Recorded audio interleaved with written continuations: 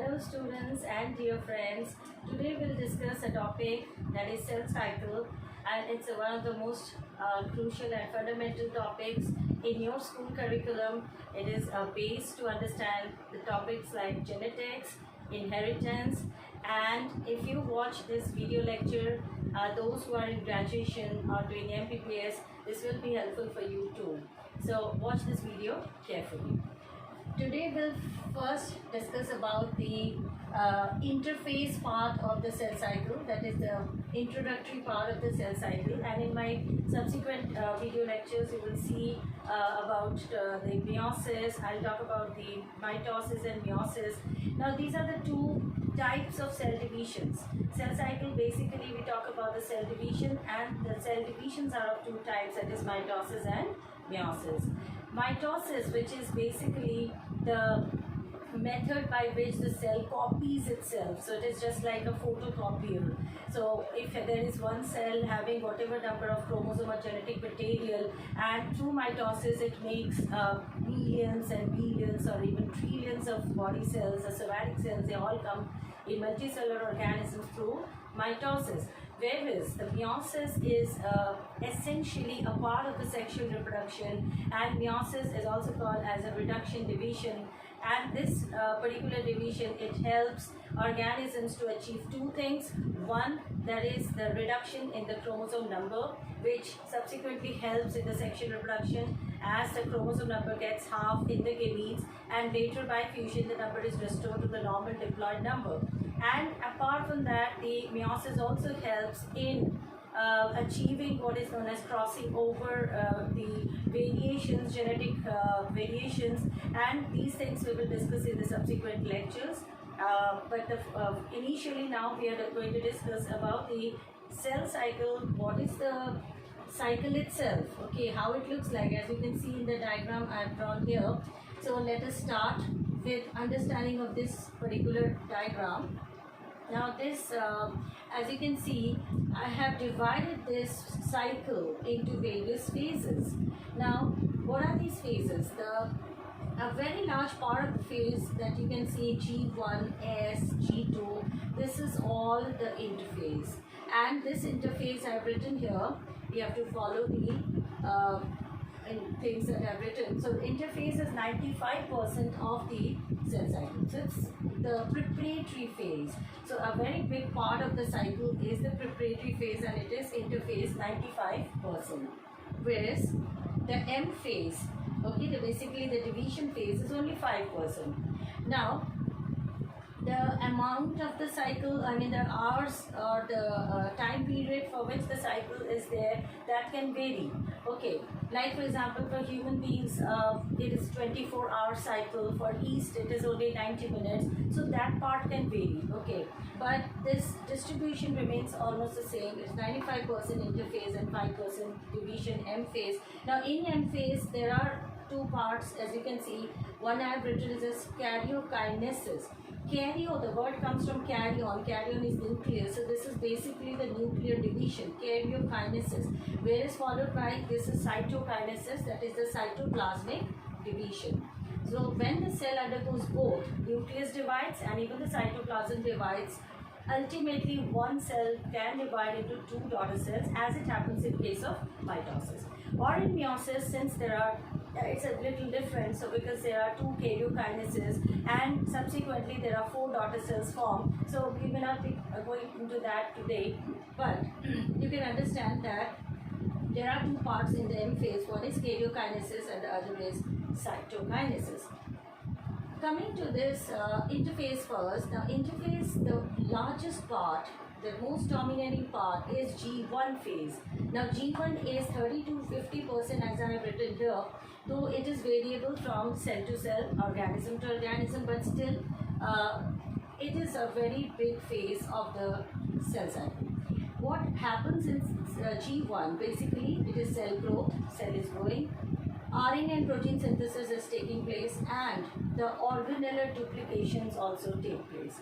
Now among the organelles, you must be knowing there are so many different organelles that the eukaryotes have.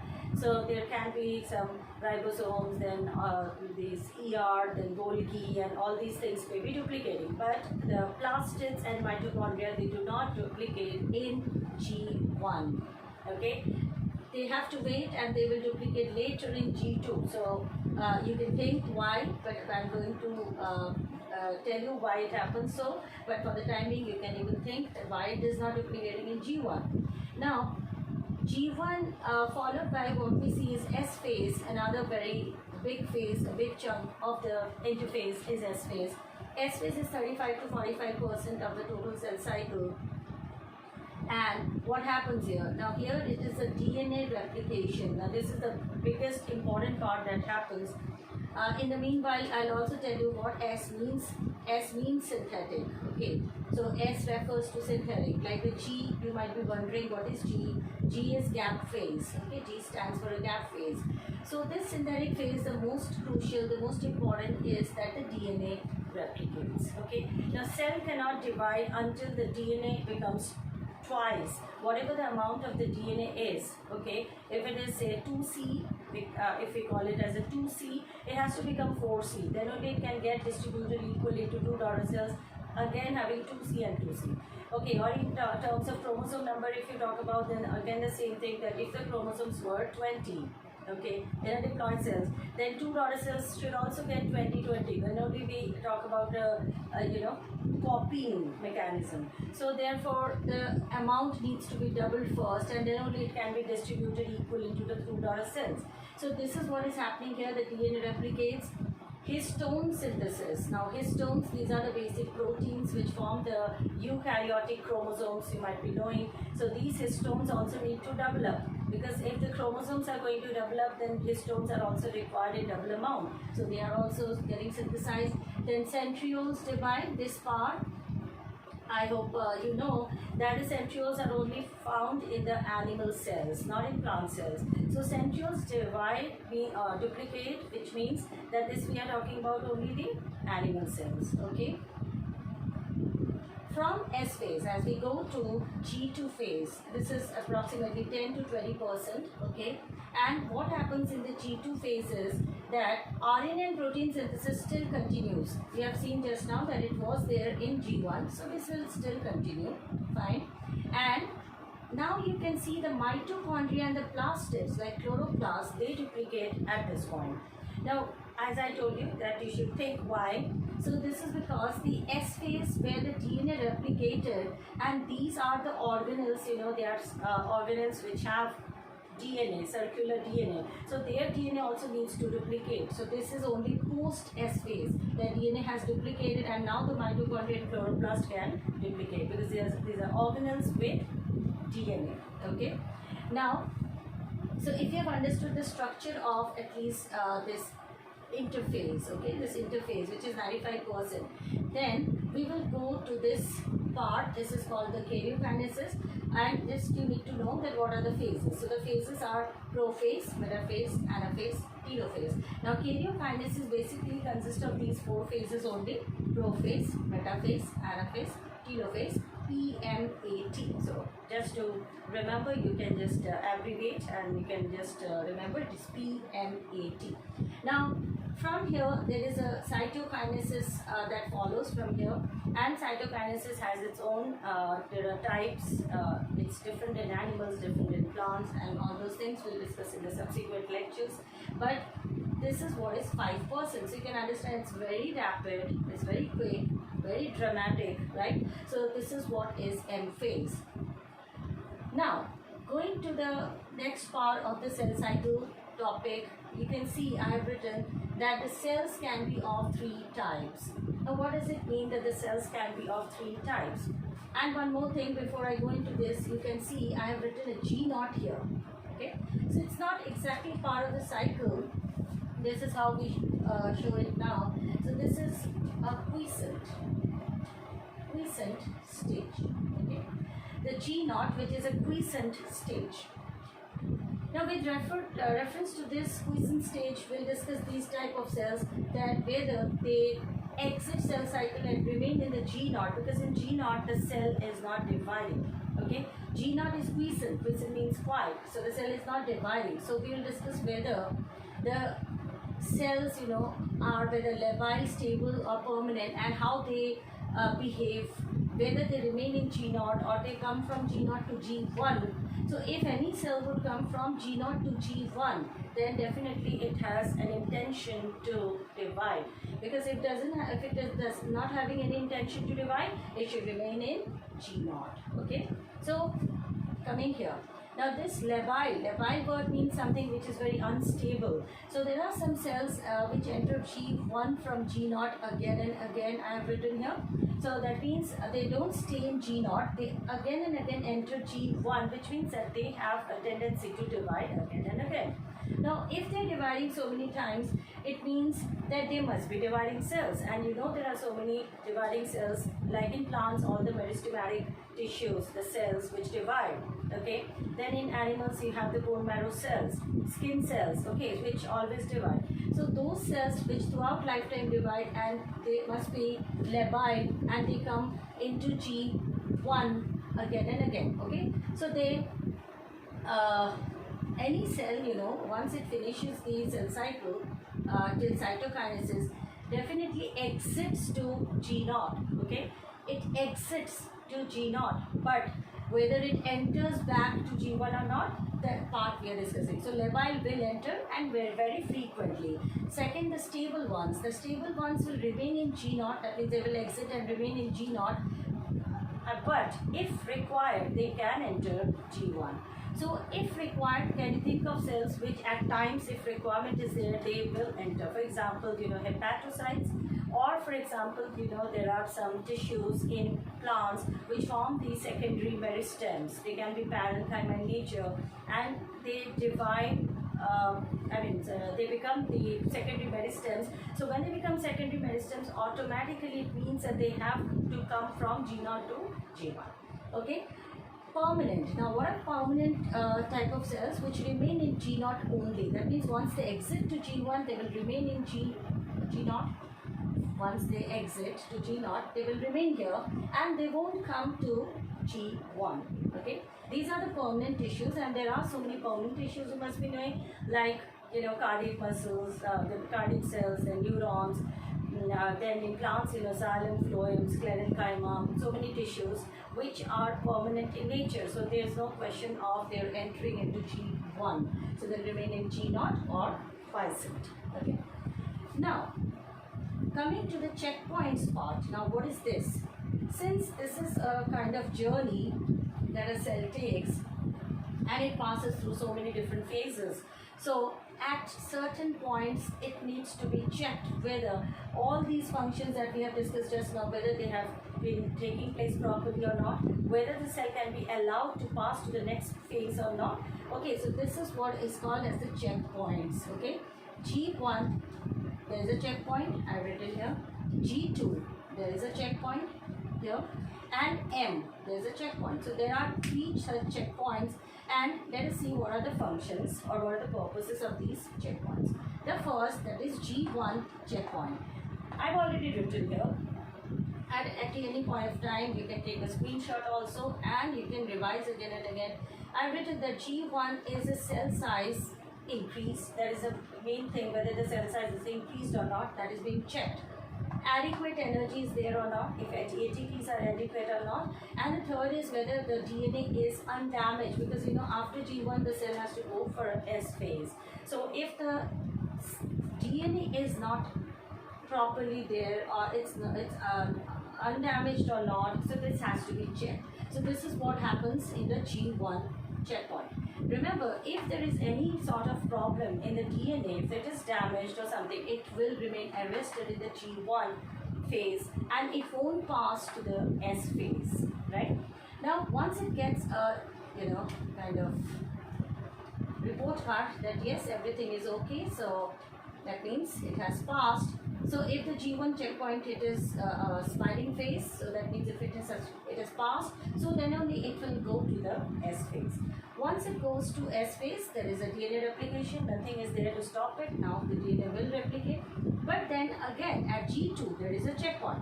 It's something like you're moving from one state to another, and you find there are points where there is a checking. Okay, the checkpoints are there. So whether you have, you know, your license proper, whether you have a permit, like that.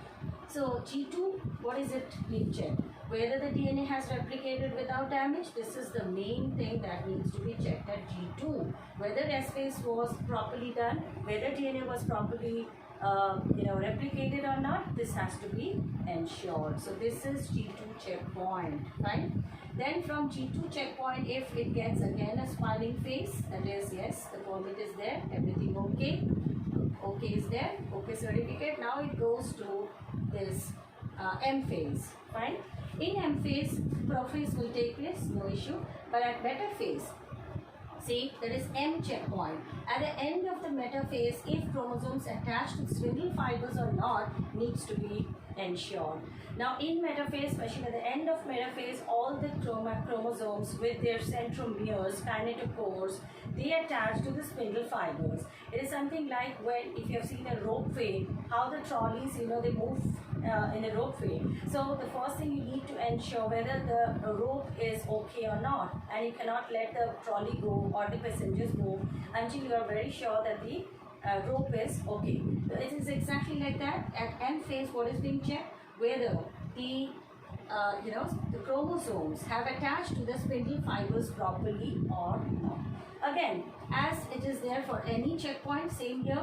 If there is any problem, if the spindle fibers are not done properly, chromatids are not attached to them properly, the chromosomes, then definitely this is going to get arrested. So at any point of time, if it doesn't get OK certificate, it is going to get arrested.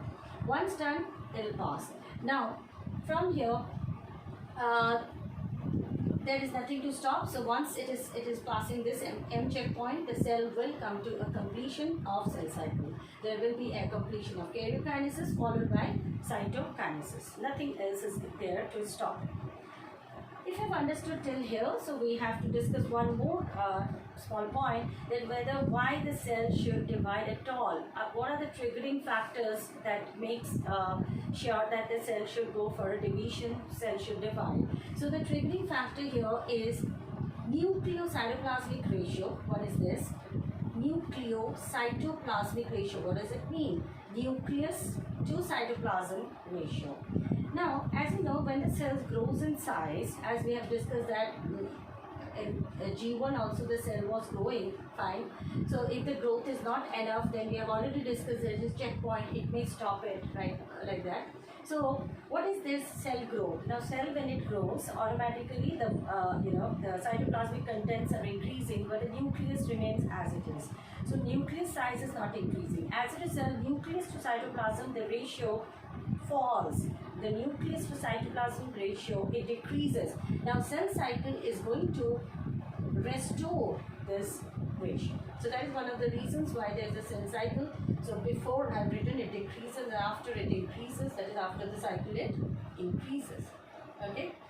SA, that is surface area by volume ratio. Now what about the surface area by volume ratio? Even this ratio, it declines because the volume increases. So as the volume increases, this ratio declines. So before it is less, and after cell cycle it is going to increase. So for both these ratios, this cell cycle or cell division is a method to restore these ratios. So this is one of the reasons why the cell divides. Okay.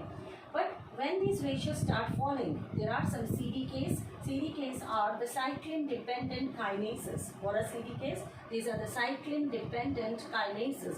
Now they control the various phases of the cell cycle. So they will help to trigger the cell cycle and control the various phases. So these are kinases. Fine.